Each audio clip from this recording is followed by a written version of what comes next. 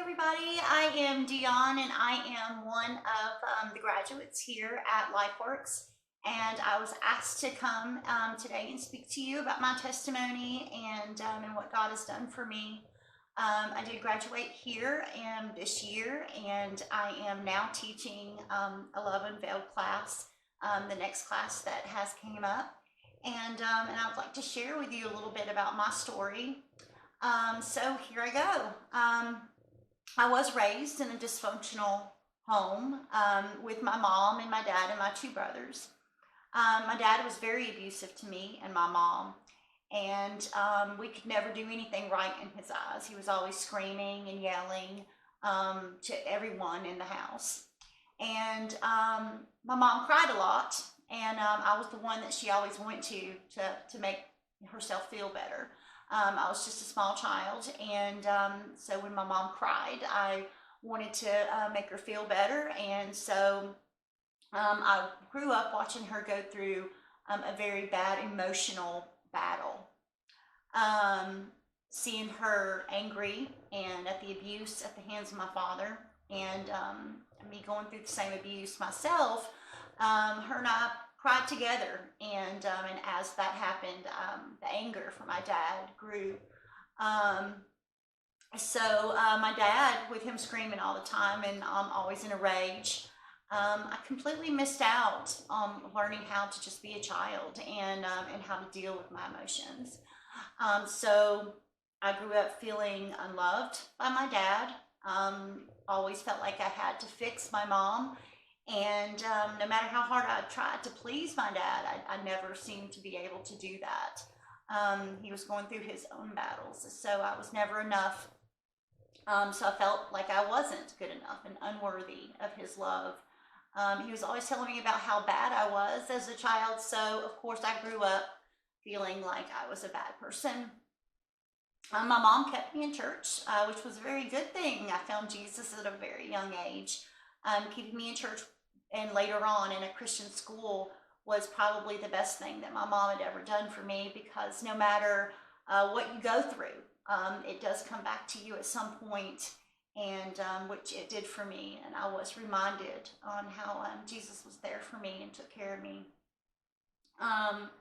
Feelings of not being good enough and not worthy followed me all the way through school. I had a really hard time making friends because I didn't think they'd like me, or I felt like I was not good enough for them. So growing up, I felt alone.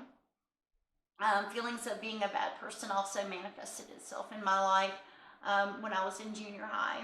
I was always getting in trouble, and I was the kid that was always in the principal's office or detention. I would make friends in junior and high school, but they would be the wrong kind of friends. And it wasn't long before I was hanging out with the wild friends, doing everything that they did. And eventually I would start drinking, smoking, and then stealing. I would get caught drinking eventually underage, and I would spend months at a juvenile detention center or on probation. And later, after several violations of my probation, I would be committed to the state of Georgia. So the legal system came into my life at the age of 12. So at the age of 15, one of my friends took me into a club, and I didn't realize, I don't know why I thought that working in a strip club would be the ultimate job. I was looking at all the attention the girls were making, and all the money that they were making, and probably starving for attention myself. I did. So I look back at that decision now, today, and I see how it destroyed the rest of my life. I was already going into the wrong direction, and I heard those voices of being bad all the time, was always telling me, why not? Why not do it? Later, I would learn that voice really well. It was the voice of Satan, the one that tells me lies, and I listened to that voice. Living the lifestyle I was living and quickly leading to death. The bright lights of the strip club was not so bright in my soul. I felt so ashamed inside for being there, and that I had to drink and get drunk every time I would go to work. And it wasn't long before I found out where the drugs were. Using cocaine at work became a common practice for me, and before you know it, I was addicted to drugs at 17 years old. I was making good money at the clubs, and I used that money to create a lavish lifestyle. Soon I felt stuck and powerless over the drugs and the money, and I heard that voice again, the voice telling me that I could never go back to living a normal lifestyle. I would lose everything that I had, telling me that I would never be good enough for anything else. I believed it, and so day after day, I drank, I used drugs, and I worked in a strip club. My cocaine addiction got worse, and I was spending every dime that I made in the clubs on drugs, and sometimes I wouldn't even make it home. The shame and the guilt I felt of going home high and letting my family see me that way was enough to keep me away. I felt stuck. I felt hopeless. I felt worthless, guilt all the time, and always ashamed of what I was doing to myself and to my family. They did not deserve to worry about me, and I did not belong there. I did not know what to do. I tried many drug rehabilitations that never worked, and I had moments of sobriety that never stuck. I tried my hardest to get clean the way that society tells you to. I tried NA, and it worked for a while. However, I did not know how to live. I did not like myself very well. I had tons of pain from the past, and the only thing I had ever known is a life full of bad friends, drugs, and using my body to make money. Whenever these feelings of worthlessness and guilt came to the surface, I did not know how to manage these feelings, so off I went to escape them. My bad choices, my inability to cope with my emotions, and listening to the lies of Satan, I put myself in many dangerous places. Places I didn't belong. I was in Atlanta, I was beaten, I was raped, I was kidnapped, and I felt completely controlled by the drug. I felt powerless over the pull to use more. I look back at all the turmoil that I put myself through, and I know that Jesus was there protecting me. It was almost like he was there telling me that there was a better life out there waiting for me. I just did not believe in myself. I was in the grip of insanity. Pure evil had a hold over me. Was I even good enough for the grace of God? Could he even save someone like me? My whole life was wasted and robbed by Satan. I did not know how to live a normal life. I had no idea even where to begin. I remember praying many times to God that I just want to be normal and live as normal people do. Sometimes when you're lost like I was, Satan has a way of blinding you to any other way of life. I believed at that time that I was worthless and I was stuck in this lifestyle with no way out. Many years past living this way, and I felt death was knocking on my door. I cried out to Jesus many times for help. I do not really want to go into the details of what this caused my family and the pain that it caused them, but I'm sure the pain that they felt was just as bad as what I was going through, if not even worse. My husband and my 2 kids went through a lot, and they stuck with me through my whole entire battle. Sometimes I wished that they would have left me, but that's another story. I prayed a lot for God to help me, and when he answered my prayer, I did not see it coming. Sometimes the help that you're asking for don't come wrapped up in a pretty little bow, but it was the only way that he could get my attention. So I'd like to tell you what my intervention was. Me and my family, we were living in Canton, North Carolina, and my husband was employed, and he was desperately looking for a job, and he went through all the avenues to find a job, but no one was coming his way, and we had no way of paying our bills. And the feeling of losing everything came across me. Even though I was trying to stay clean and not go back to my old ways of living, I felt the need to go back to my old lifestyle once more. I started an ad on Craigslist and told myself that it would be just until my husband got a job. Another lie that I think someone told me.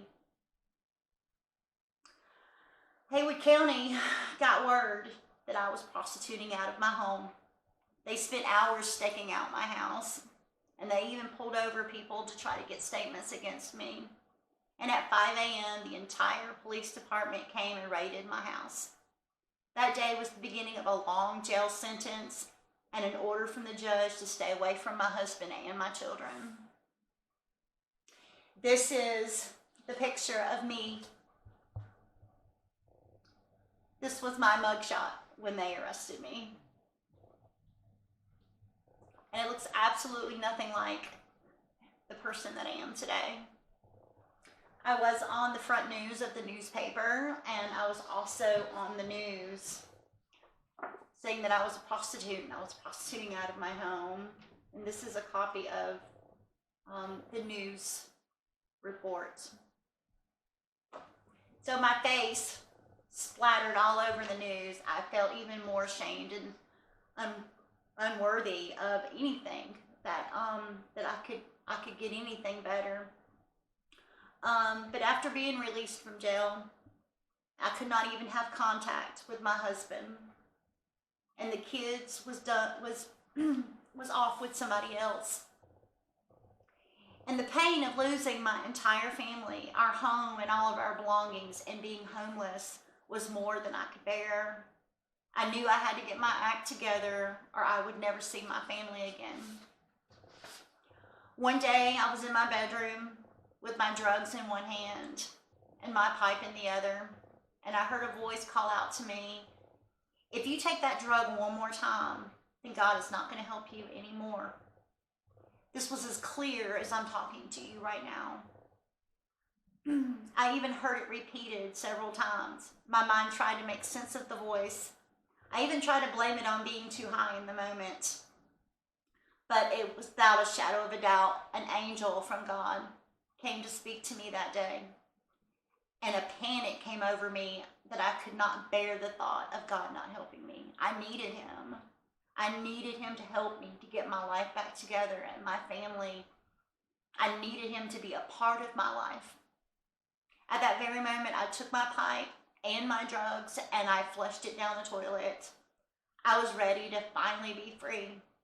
The next day, I committed myself to Jesus and committed myself to living a clean and sober life. A week later, I enrolled in LifeWorks and I began a life transformation. I found love there. I found acceptance there. I found a connection that I never knew that I could have. I found connection with other Christian women that seemed to understand the pain that I was going through. I learned who Jesus was and the people that I encountered there every day. I had so much care, and they had so much care and love for me with no judgment. I was able to open up to them and release some of the turmoil and pain that I was feeling. I got involved in the Love Unveiled class. And not only did I learn who Jesus was, but I also learned who my enemy was. I learned about Satan, and I learned that he tells me lies every day. And that I am not the unworthy, guilt-ridden person, bad person that my father made me believe that I was, or Satan made me believe that I was. I learned how transformation will turn me into a beautiful butterfly so I can be free to fly and live life that God intended me to live. Jesus came to set me free, and I could live life and live it to the fullest. I got baptized and committed to living the life for Jesus every day. I started to see changes in me, and yes, my family got reunited.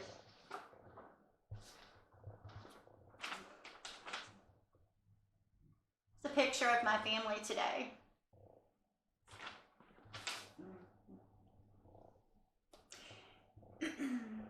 Pretty soon, the anger that controlled me did not show its face anymore, and letting go and letting God got easier for me to do.